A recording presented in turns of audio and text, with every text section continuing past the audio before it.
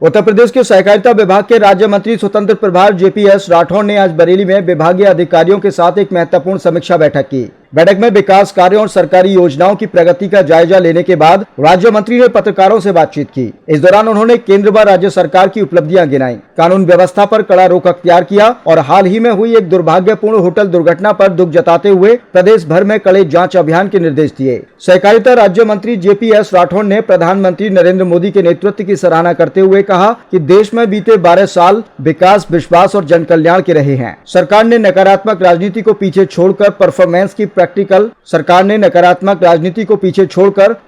की पॉलिटिक्स, प्रदर्शन की राजनीति की शुरुआत की है, जिसके दम पर भाजपा को जनता का सकारात्मक जनादेश और लगातार आशीर्वाद मिल रहा है। उन्होंने कहा कि आज देश में इंफ्रास्ट्रक्चर का अभूतपूर्व विकास हुआ है। आतंकवाद और नक्सलवाद को खत्म कर सीमाएं सुरक्षित की गई हैं, जिससे भारत विश्व पटल पर एक आर्थिक और सामरिक महाशक्ति बनकर उभरा है। 56 इंच के सीने वाले नेतृत्व के कारण आज दुनिया भर में हर भारतवासी को सम्मान की नजर से देखा जाता है। इस दौरान उन्होंने अपराधियों को खुली चुनौती देते हुए कहा कि जो भी कानून हाथ में लेगा या वारदातों को अंजाम देगा, उसका जहन्नुम का टिकट कटना तय है। ऐसे तत्वों की जगह सिर्फ जेल की सलाखों के पीछे या फिर सीधे जहन्नुम में है।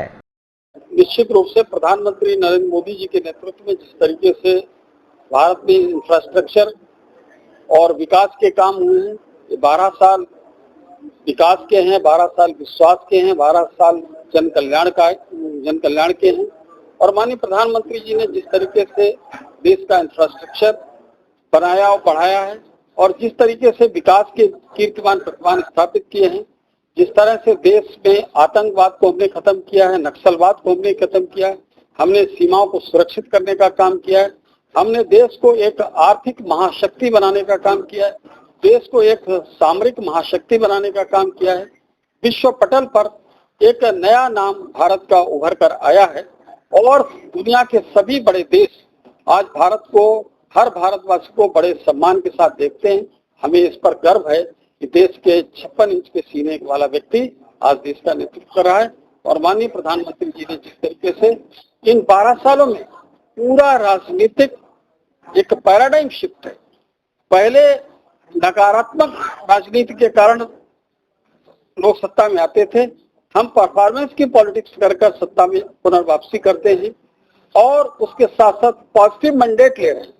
बार बार हमारी सरकार केंद्र में बन रही है, प्रदेशों में बन रही है, जनता का आशीर्वाद मिल रहा है और इसके कारण विकास के कार्य भी तेजी के साथ हो रहे हैं।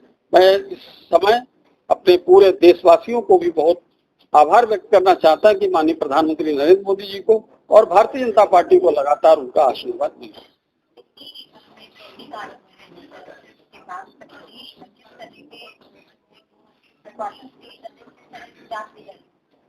देखिए, ऐसा है कि वो दुर्भाग्यपूर्ण घटना है और इस प्रकार से जो भी कोई व्यक्ति गलत ढंग से बिना मानकों को पूरा करके होटल या किसी प्रकार का व्यवसाय करता है तो गलत है और उसकी पूरी जांच उत्तर प्रदेश में सभी होटलों की जाएगी ताकि इस प्रकार की दुर्घटनाएं ना हो।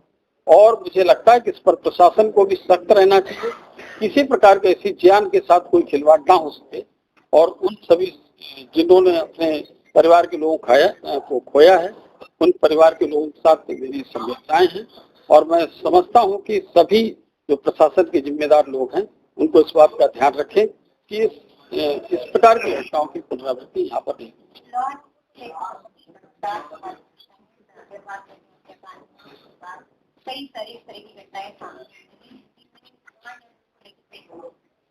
देखिए, ऐसा है कि लॉ एंड ऑर्डर एक प्रश्न ऐसा है कि उसका समाधान किस प्रकार से हो रहा है। एक कहावत है, ओल्ड हैबिट्स डाई हार्ड।